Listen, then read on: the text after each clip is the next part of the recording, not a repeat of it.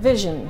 We have to have vision when you walk into a building of this type. So we start off then with, of course, we have to have public restrooms. Those are always good to have. And they have to be ADA compliant. Then we've got a couple of offices. And then we have a staff restroom here to the side.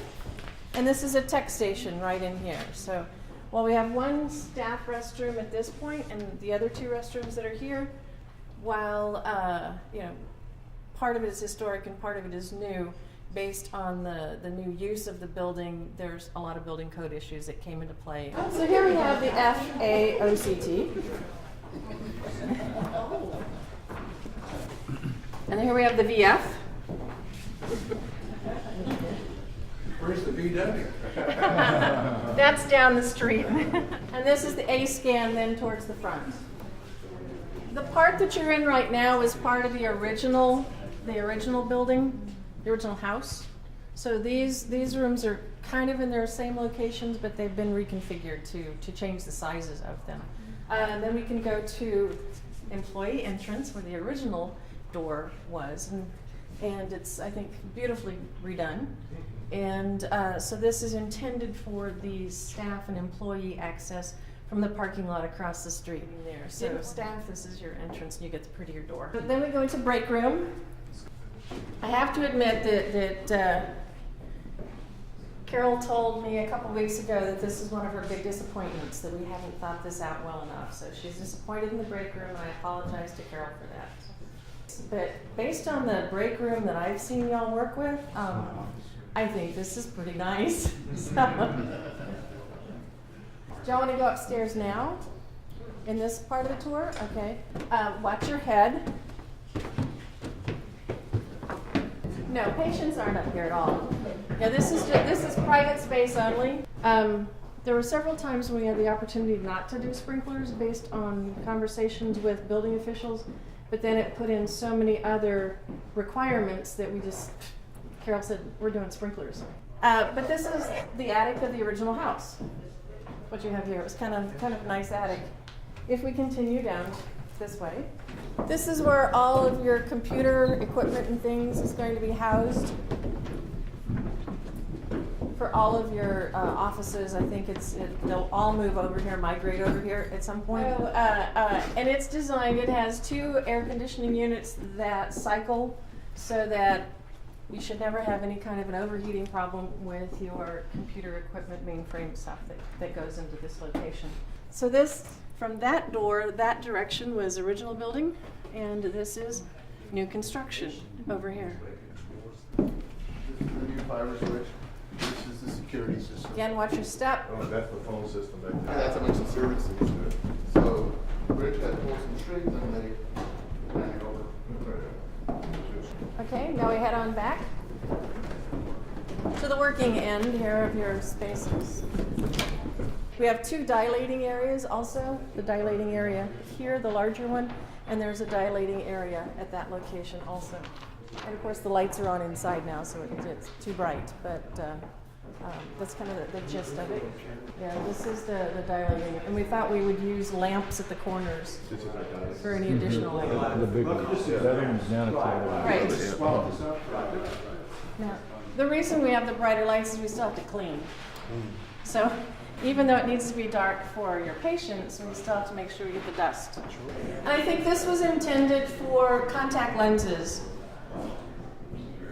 For the contact lens fitting and then contact lens storage in these cabinets out here. This is just a little doctor's office for privacy for making phone calls and things like that. So that's the intent of that location. This is, of course, an additional exit doorway.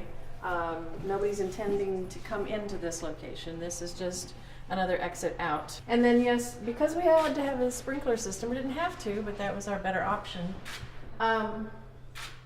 It also grew on us. It was originally going to be this piece. It's like, okay, well, that's kind of cool looking. You know, that we can live with that. But then the decision was made to go with what's called a wet system on the first floor and a dry system on the second floor in the attic space. And so that required this arm to go in also. Otherwise, we would have just had this piece. And like I say, just think of it as modern art. I saw something like this when I was touring the USS Lexington. Oh, okay. Yeah, that's Doesn't like something that- right. Yeah, a way to move things, exactly. Well, it's to move water. And then behind us, we have 2 tech lanes again. Then we have 2 doctor lanes here.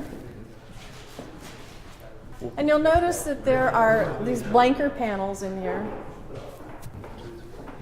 The blanker panels, because from a historic standpoint, we had to have the windows on the outside, but from your standpoint, you don't want light on the inside.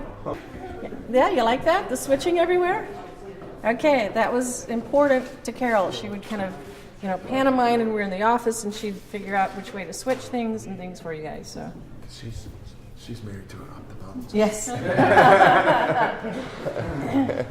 Tech lane, and of course this is a little dilating area at this end also.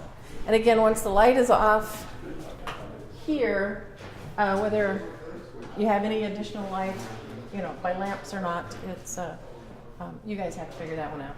So then we come around here and we have tech station and 2 tech lanes.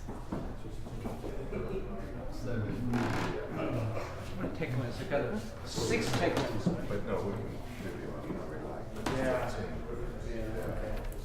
Okay, so we have tech lane, tech lane, tech lane. Tech lane, tech lane, tech lane, whatever. Okay, I think we can kind of go back to where we started. And this is the other dollar. It is, yes. One thing to notice is the natural light that comes through even those little tubes that are there. That, amazing. It is. It's totally amazing. And we've got then one right over there as well. So. Because we work in the older building right back here, and Uh-huh. I had seen one that's up on the roof, must be that one. Yeah. I knew what they were. Yeah. So the natural light is really nice.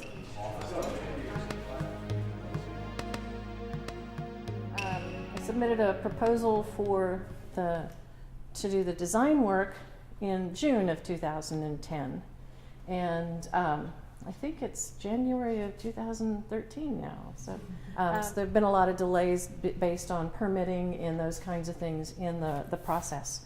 The one thing that Carol has always wanted and had a vision for is a really great space for y'all to work in, and I think we're close to accomplishing that. I mean, I get amazed every time I look through these old photographs or the ones that we've taken along the way, and you have this kind of holy cow factor coming in. Then when you look at the way everything leans. Now, don't get too critical when you're outside, because the main house still leans, but the walls are not square and those kinds of things. But it's very stable and it's very sound to work with. Some of you were flipping light switches and things like that as we went through, and that was one of the things that Carol went over with us, extensively. She went over every plan. She goes over every detail. She went to meet with the building officials with us, so that again we'd know what the bottom line was on reusing the building. She had function. The wainscot that you see here came out of the original house.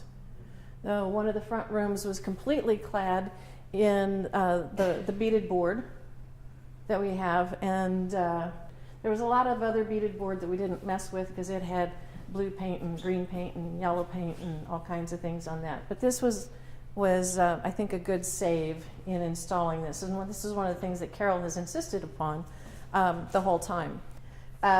Flow was critical. It's like I now know more about the doctor's office when I go to the doctor's office. And by the way, I'm due, but I'm holding out for this location. I've been to the north side, I've been to the south side, but I'm waiting for this one to open to come get my exam. In a lot of ways, I think it took me a long time to earn Carol's trust. I'm not sure that I have yet, but it's only been 3 years, so we're still working on that relationship. But there were a lot of frustrations that I mentioned, and part of them were even contractors and subcontractors. So it wasn't very long ago that Carol was showing up in the mornings at 8 o'clock with 2 dozen tacos, and somehow things started to pick up. There were more people here at that time of day, and so every day she was bringing in the tacos for people, and things started to really happen. Carol once told me that she would like to have been an architect, and I can see that. And she really does like that kind of thing. And she has a great vision. I think you'll agree that, you know, looking at this and looking at what you see, there had to be vision there. And she has great taste also, and tenacity. She's a great little bulldog when it comes to, you know, getting things done. My daddy always had a phrase that was like making the silk purse out of a pig's ear, and I think we've come close to accomplishing that. So I hope you do too, and I hope you enjoy your space. And again, I'll get an exam here pretty soon, so I'll get on the list. Do y'all have any questions for me?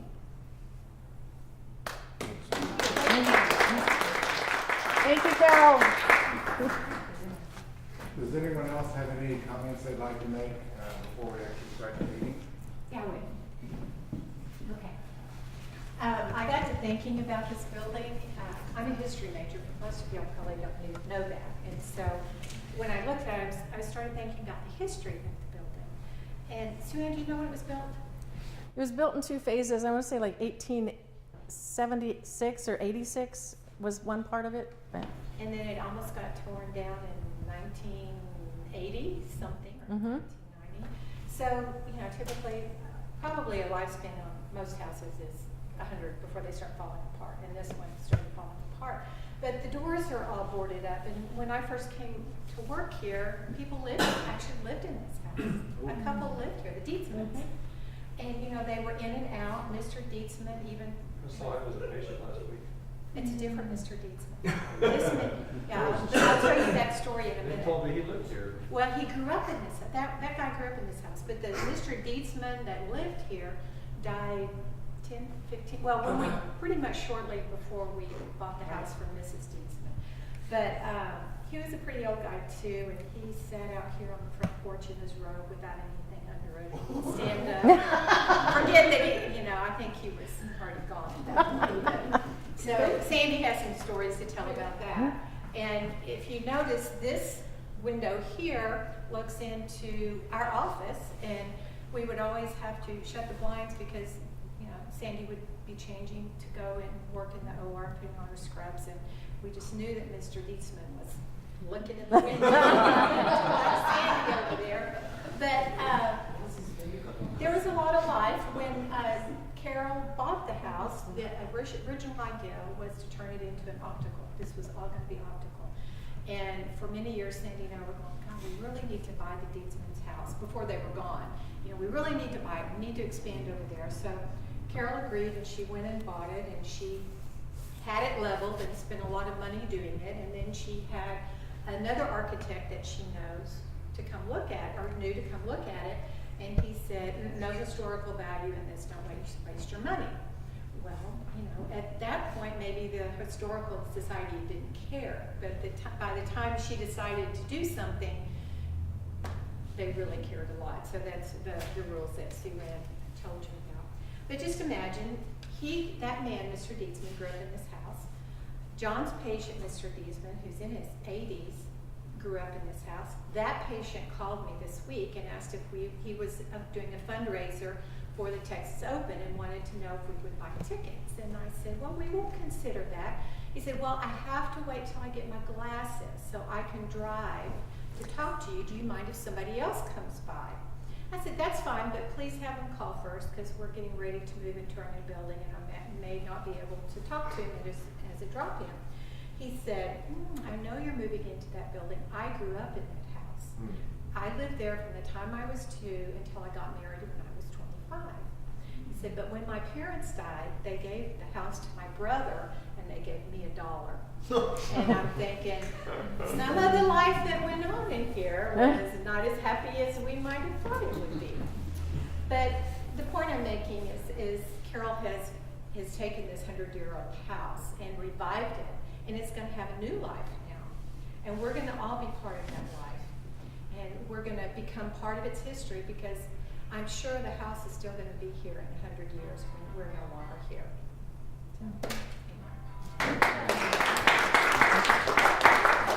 I just wanted to say thank you, of course, to Carol for listening to Debbie and I, and at least taking the opportunity to meet Sue Ann, because I know for a while there, we didn't think this could happen. We didn't think we could do anything with a building.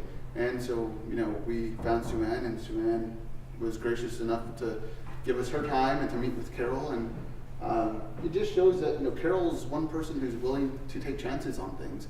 And, if you do the right thing, it always works out. It always works out for the best. And I think that's one thing that Carol leaves behind with the practice, and Carol has shown myself and some of the other people in the practice, is that you can make anything happen as long as you have a wish and a dream and you're willing to put the work in. And I think that's a lot to say, for our group and for our practice, and that's something, that she's shown us here again with this building. It's just one more great thing that Carol's done for San Antonio Eye Center.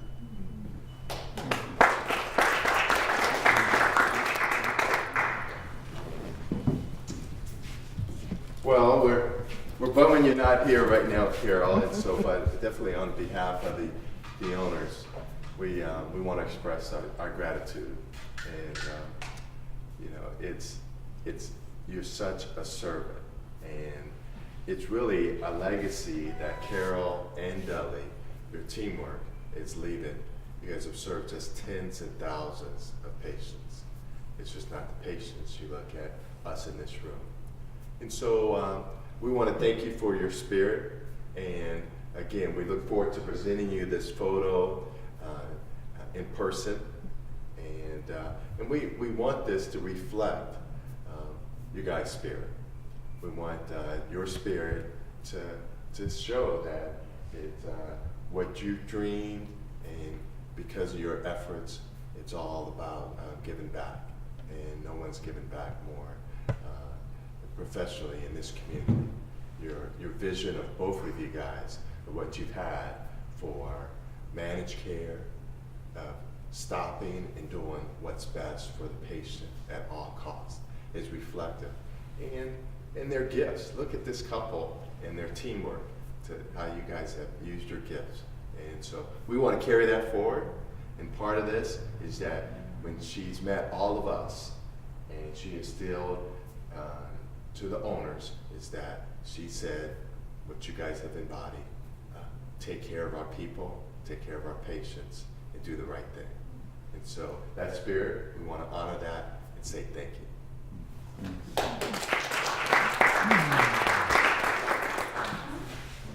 It's work to do things like this, but it's fun. And the most fun is thinking up what you want to do.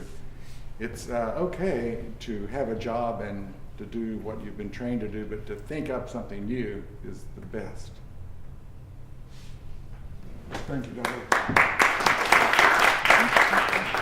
Well, that kind of goes along with what I'd like to say, which is thank you, Dudley. Thank you, Carol, for starting with the building next door. That's where everything really started. And with that becoming such a wonderful place to work, offering such wonderful services for the patients that come in. Every day they ask, tell us a little bit about this house.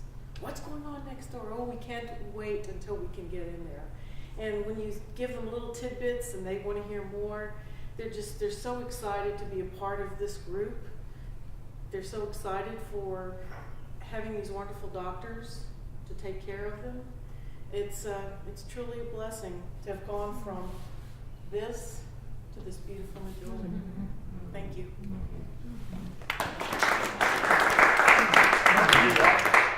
As they're all working on the wall, I probably we can get the black pictures of this historic picture, and then you put the new building picture, the decorations, and put some notes. I think it's very historic. I know that Dudley took a wonderful black and white photograph of the house. And, It's just that was too pretty compared to what we saw when we started here. It's got to impress the patient too. Oh, this the old house like this before, but now it's gorgeous. It's different. It's a great idea. And your roof has got a 20-year warranty on the finish, and it's got lots of things. So, yeah, there's a steel beam that runs through here, and steel columns, and so it's not going anywhere. It's held for stout, and it's good construction, and it should last you, another 100 years.